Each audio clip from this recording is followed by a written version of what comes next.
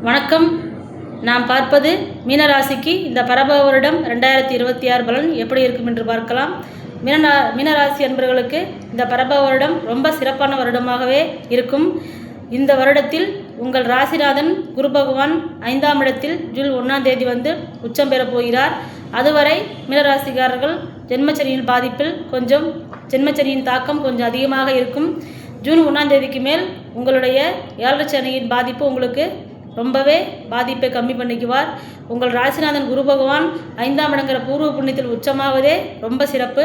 அதிலும் உங்கள் ராசியையே பார்க்க போகிறார். உங்கள் ராசிநாதன் குரு உச்சம் பெற்று உங்கள் ராசியை பார்ப்பது மீனராசிக்கு இந்த 2024 ரொம்ப சிறப்பான வருடமாகவே அமையப் போகிறது. 2026 வருடம் நீங்கள் எதெல்லாம் செய்யணும் சாதிக்கணும் என்று நினைத்தீர்களோ அத்தனையும் சாதிப்பீர்கள்.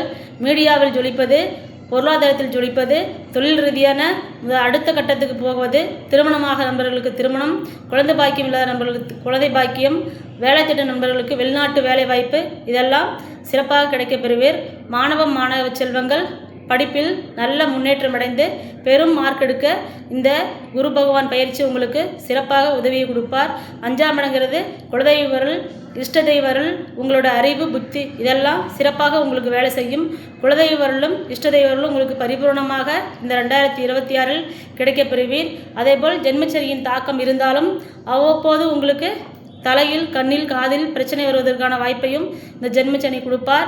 என்ன இருந்தாலும் உங்கள் ராசிநாதன் குரு பகவான் உச்சம் பெற்று உங்கள் ராசியை பார்ப்பதினால் சூரியனை கண்ட பணி போல் அனைத்து பிரச்சனையும் உங்களுக்கு விலகிவிடும். 12ஆம் இடத்தில் உள்ள ராகு பகவானும் உங்களுக்கு 6ஆம் இடத்தில் உள்ள கேது பகவானும் சில தீய பலன்களை கொடுக்க கடமைப்பட்டவர். 12ஆம் இடத்தில் உள்ள ராகுவினால் உங்களுக்கு முன்னாடி இருந்த பிரச்சனைகள், சிறு பிரச்சனைகள், கோர்ட்டு கேஸு, வம்பு வழக்கு இருந்தால் அதையெல்லாம் நீங்கள் கரெக்டாக முடித்து கொள்ளவும். 12ஆம் இடத்தில் உள்ள ராகு உங்களுக்கு தூக்கத்தை கம்மி பண்ணி கொடுப்பார். அதிகமாக கரெக்டான நேரத்துக்கு உறங்கிக் கொள்ளவும். 12ஆம் இடங்கிறது பாதம் என்பதனால் கால் பாதத்தில் உள்ள இடத்தில் அலர்ஜி வந்தாலும், தோல் பிரச்சனை வந்தாலும் மருத்துவரிடம் பார்த்து சரி பண்ணி கொள்ளவும். 12ஆம் இடத்தில் உள்ள ராகுவால் உங்களுக்கு எந்த பாதிப்பும் வராமல் இருக்க வெள்ளிக்கிழமை இல்லையென்றால் ஞாயிற்றுக்கிழமை துர்க்க வழிபாடு செய்து கொள்ளும் ராகு காலத்தில்.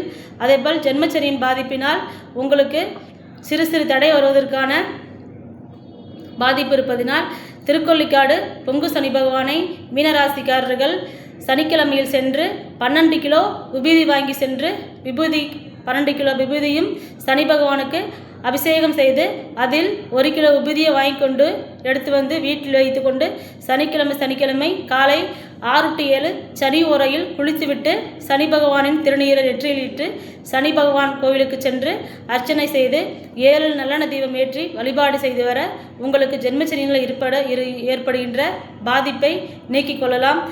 மீனராசியோட கோவில் பொங்கு சனி பகவான் கோயில் சிவன் அக்கினிபுரீஸ்வராக இருந்து அருள்பளிக்கிறார். 35 வயசுக்கு மேலே உள்ள நண்பர்கள் திருக்கொள்ளிக்காடு சென்று வழிபாடு செய்து வரலாம். 35க்கு கீழ் உள்ள நண்பர்கள் திருநள்ளாறு சென்று சனிக்கிழமையில் வழிபாடு செய்து வரலாம். சனிக்கிழமையில் மதியம் 1 to 2 அன்னதானம் பண்ணுங்கள். சனி பகவான் அன்னதான பிரியர். அன்னதானம் பண்ண உங்களுடைய ஜென்மச்சனியின் பாதிப்பு நீங்கி குரு பகவான் அருளால் நீங்கள் பேர் புகழ் சிறப்படைய போகிறீர்கள். தொழில் முன்னேற்றம், பொருளாதாரம் அனைத்து சிறப்படையும். உங்கள் வாழ்க்கையில் அடுத்த லெவலுக்கு போகிறதுக்கான அஸ்திவாரத்தை இந்த குரு பகவான் உங்களுக்கு ஏற்படுத்தி கொடுப்பார். திருச்செந்தூர் முருகனையும் பொங்கு சனி பகவானையும் சென்று வழிபாடு செய்து வர, லட்சுமி நரசிம்மரை வழிபாடு செய்து வர உங்கள் தொழிலில் உள்ள பாதிப்பு குறைந்து நல்ல பலனை அடைவீர்கள் இந்த மீனராசி நண்பர்கள். அடுத்ததாக நாம் பார்க்க இருக்கும் வீடியோ காற்று ராசி, நெருப்பு ராசி, நீர் ராசி, நிலராசிக்காரர்கள் எப்படி எந்த தெய்வத்தை எப்படி வழிபட்டு செய்தால் அந்த தெய்வத்தோட அனுகிரகம் நம்மளுக்கு கிடைக்கும் என்று பார்க்க இருக்கிறோம். இந்த வீடியோவை லைக் செய்து சப்ஸ்கிரைப் செய்து ஷேர் செய்யும் நண்பர்களே.